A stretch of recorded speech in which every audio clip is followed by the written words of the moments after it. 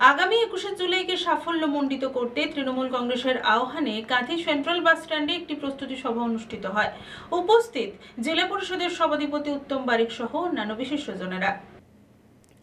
আগামী 21শে জুলাই শহীদ দিবসে ধর্মতলা চলকে সাফল্যমণ্ডিত করে তুলতে কাঁথি সাংগঠনিক জেলা তৃণমূল কংগ্রেসের আহ্বানে কাঁথি সেন্ট্রাল বাস স্ট্যান্ডে একটি প্রস্তুতি সভা অনুষ্ঠিত হয়। প্রস্তুতি সভায় বক্তব্য রাখেন পূর্ব মেদিনীপুর জেলা পরিষদের সভাধিপতি ও বিধায়ক উত্তম বারিক, কাঁথি পৌরসভার ভাইস চেয়ারম্যান ডক্টর নিরঞ্জন মান্না, মহিলা তৃণমূল কংগ্রেসের রাজ্য সম্পাদিকা রিজিয়া বিবি সহ উপস্থিত ছিলেন অন্যান্যরা।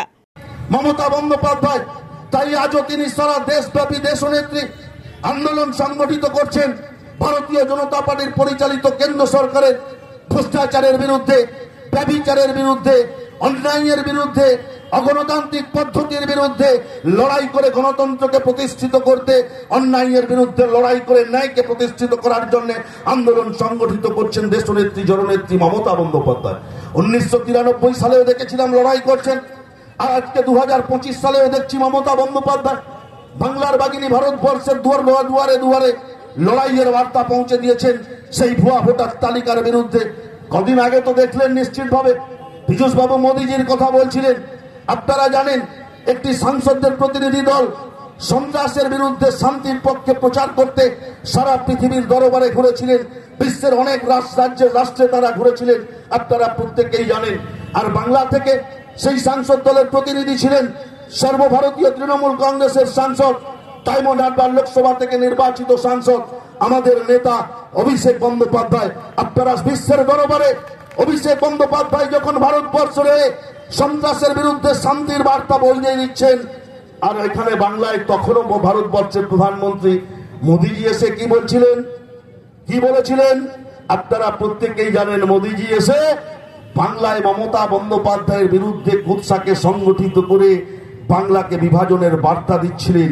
নিশ্চিতভাবে এর উপযুক্ত জবাব ভারতবর্ষের প্রধানমন্ত্রী মোদীজি, অমিত শাহজি আপনারা সময়ের অপেক্ষা করুন, পেয়ে যাবেন।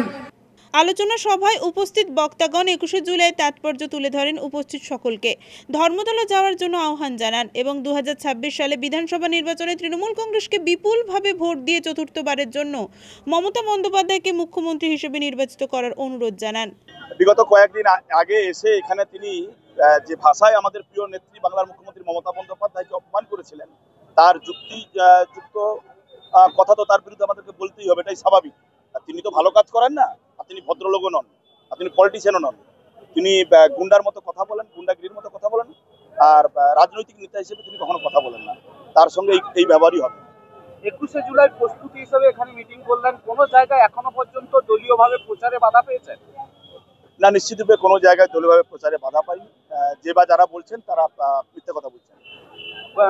কত লোক পূর্ব মেদিনীপুর থেকে যাওয়ার আশা রয়েছে? লক্ষাধিক লোক পূর্ব মেদিনীপুর থেকে 21শে জুলাই আমাদের প্রিয় দিদি শ্রীমতী মমতা বন্দ্যোপাধ্যায়, আমাদের প্রিয় নেতা সম্মানীয় অভিষেক বন্দ্যোপাধ্যায়ের বার্তা নেওয়ার জন্য ধর্মতলা যাবেন। তো সেদিনটা যাওয়ার পথে কর্মীদের সহায়তার জন্য কি কোনো ক্যাম্প বা অন্য কিছু? বিভিন্ন জায়গায় ক্যাম্প খোলা হয়েছে, সমস্ত কিছু ব্যবস্থা করে দেওয়া হয়েছে। কর্মীরা দারুণভাবে তৈরি থাকে এই দিনটির জন্য, কাউকে বলে দিতে হয় না। প্রত্যেকটা তৃণমূল কংগ্রেস কর্মীর কাছে 21শে জুলাই একটি আবেগ। এই আবেগ আমাদের থেকেও তারা বেশি করে বোঝেন আমাদের সহকর্মীরা, তারা নিশ্চিতরূপে পৌঁছে যান ওখানে। প্রতিবারে একটা জিনিস দেখা যায় যে 21শে জুলাইয়ের জন্য অধিকাংশ বাস থেকে গাড়ি সমস্ত কিছু তুলে নেওয়া হয়, সেক্ষেত্রে রাস্তায় যাতায়াতের সমস্যা হয়, তাদের ব্যাপারে কি ভাবনা চিন্তা?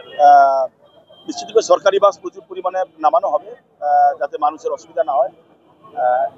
লক্ষ লক্ষ মানুষের আবেগকে তো আপনি অস্বীকার করতে পারবেন না, তারা তো যাবেন। একটু অসুবিধা হয় আমরাও বুঝতে পারি, কিন্তু আমাদের কাছে 21শে জুলাই আবেগ, আমরা আমাদের আবেগকে তো আর পিছিয়ে দিতে পারি না। পুলক বেড়া রিপোর্ট, খবর BCBS।